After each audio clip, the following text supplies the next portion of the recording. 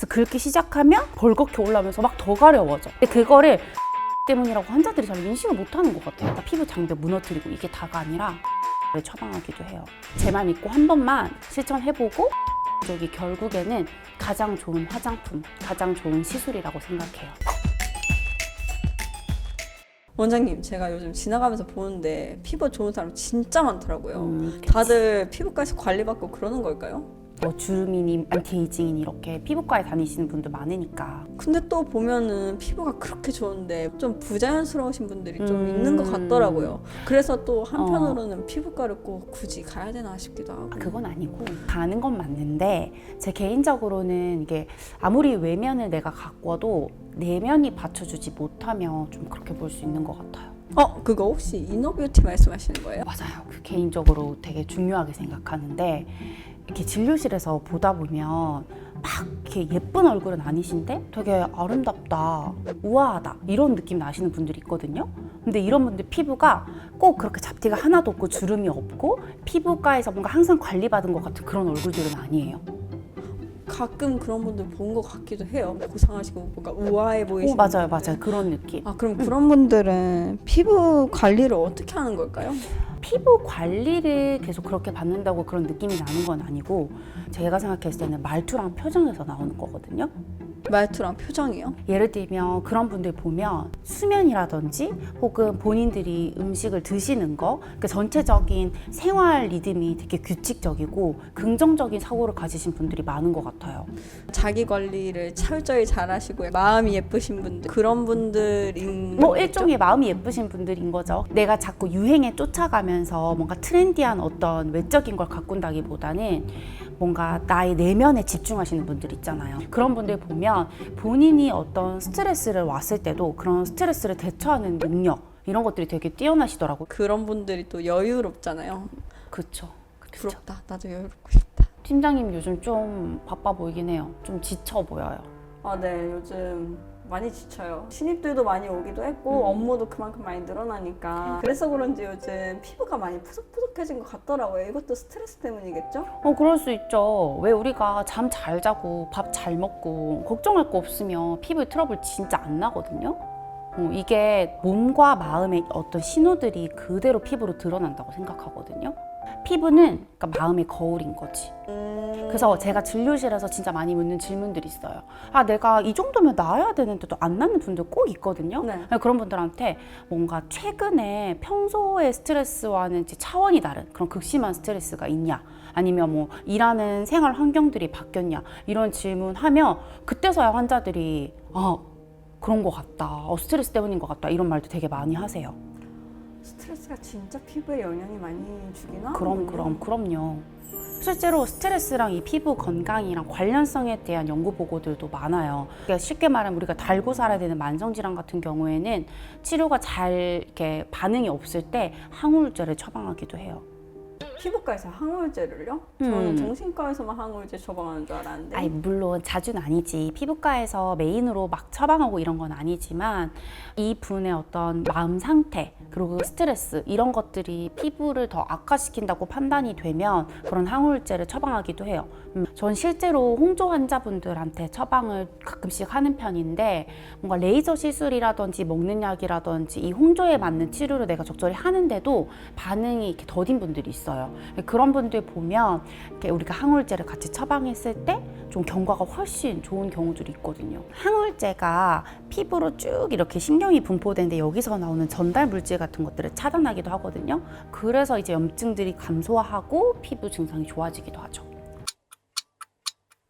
우리가 스트레스를 받으면 콜티졸이라는 스트레스 호르몬이 막 이렇게 뇌에서부터 분비가 되는데 이런 것들이 피부에서 이렇게 염증 물질들을 막 내보내거든요. 거기에 이제 피부 장벽을 다 무너뜨리면서 우리가 흔히 아는 피부과에서 아토피, 건선, 뭐 아니면 여드름 이런 것들 있잖아요. 이런 쪽으로 가는 스위치를 켜버리게 되는 거예요. 그러고 보니까 제가 이전에 회사 퇴사했을 때 그때가 진짜 제일 피부 제일 좋았어요. 맞아. 그래서 실제로 우리 만성 두드러기 환자분들 계속 항히스타민제 드셔야 되는데 그런 이벤트들이 싹 사라지면 거짓말같이 낫는 경우들이 있어요. 그러면은 그 피부가 간지러운 것도 스트레스 영향 때문에? 당연하죠. 제가 의대 공부할 때 보면 괜찮아 평소에. 네. 근데 꼭 공부하려고 앉잖아? 그럼 그때부터 막 다 가려워. 그래서 긁기 시작하면 벌겋게 올라오면서 막 더 가려워져. 이런 것들이 다 스트레스 때문인 거지. 근데 그거를 스트레스 때문이라고 환자들이 잘 인식을 못하는 것 같아요. 근데 뭐가 난 것도 아닌데 맞아. 계속 간지러워서 이것도 스트레스 때문이구나. 이렇게까지 스트레스가 피부에 영향을 미치는 맞아요. 근데 피디님 그거 알아요? 뭐요? 이 아까 말한 코티졸이라는 스트레스 호르몬이 단순히 염증 반응 그리고 우리 피부에서 피부 장벽 무너뜨리고 이게 다가 아니라 콜라겐 생성까지 저해해요. 저는 가끔 진료실에서 이렇게 우리 환자분들 들어오면 차트 보이거든요. 네. 근데 이 차트의 나이랑 얼굴이랑 매치가 좀 안 되는 경우도 있거든요. 뭔가 그런 분들 보면 젊어서 마음고생 좀 많이 하셨나 보다 이런 생각해요. 제가 그렇게 되면 어떡하죠? 요즘 인스타그램에 예쁜 사람들 진짜 많던데. 근데 피디님 그게 문제예요. 요즘 피디님처럼 젊은 분들이 워낙 인스타니 틱톡이니 여러 그런 SNS에서 보내는 시간들이 많잖아요. 근데 SNS가 뭔가 정보를 얻고 사람들과 교류하는 긍정적 측면도 많은데 SNS에 노출될수록 자꾸 남들과 비교하게 되고 그런 상대적 박탈감 느끼고 거기에서 오는 스트레스가 되게 커요. 근데 알겠는데 이게 비교가 될 수밖에 없잖아요. 저는 너무 힘든데 다른 사람들의 행복한 모습을 보면은 맞아요. 나도 저렇게 행복하고 싶다 약간 그런. 그러니까 아까 제가 말했던 그런 분들 있잖아요. 우아한 분들. 외적인 걸 자꾸 비교하기보다는 그냥 나 자신을 들여다보는 시간을 많이 가지는 게 중요해요. 근데 제 친구가 요즘 피부에 뭐가 생겨서 피부과를 갔더니 건선이라는 거예요. 스트레스를 안 받을 수가 없잖아요. 어떻게 해야 될까요? 맞아. 근데 이게 안 겪어본 사람들은 잘 모를 텐데 피부에 난 게 그렇게 크게 대수냐 이렇게 보시는 분들도 꽤 많잖아요. 근데 실제로 우리 건선 환자들 같은 경우는 좀 다른 사람들이 봤을 때 약간 혐오감을 느낄 정도로 굉장히 심한 경우들도 있어요. 그런 분들은 자존감도 떨어지고 대인관계도 계속 유지하기가 힘들어지고 내가 정말 자식과 목욕탕 같이 한번 가는 게 소원이다 라고 말하시는 분들까지 있거든요. 그러면 그런 분들은 어떻게 해야 될까요? 저는 그런 분들은 마냥 피부과적인 치료만 주구장창 해야 된다고 생각하지 않거든요. 이런 분들에게 오는 그런 감정적 스트레스가 내가 계속 가지고 가야 할 병을 더 악화시키기 때문에 필요하면 정신건강의학과에서 면담을 한다든지 기분에 이렇게 변화를 줄 수 있는 약제를 복용한다든지 이런 게 필요하다고 생각해요. 그럼 마음의 그런 안정과 평화 같은 그런 게 그럼. 엄청 중요한 거예요. 맞아요. 근데 마음의 평화라는 게 쉽지 않잖아요. 요즘 현대 사회를 보면 맞아. 지치고 힘든데. 저는 일단 SNS 디톡스를 해야 된다고 생각해요. 내가 하루에 보내는 시간 중에서 그래도 10분, 20분이라도 SNS를 보는 시간을 조금씩 줄여나가 보는 거죠. 처음엔 어려워도 그렇게 조금씩 줄여서 뭔가 내가 긍정적인 어떤 측면을 느끼면 그 뒤엔 더 쉬워지지 않겠어요? 그리고 잠자는 거 되게 중요하거든요. 저는 잠만 잘 자도 피부과 오는 환자들의 반이 줄 거라고 생각해요.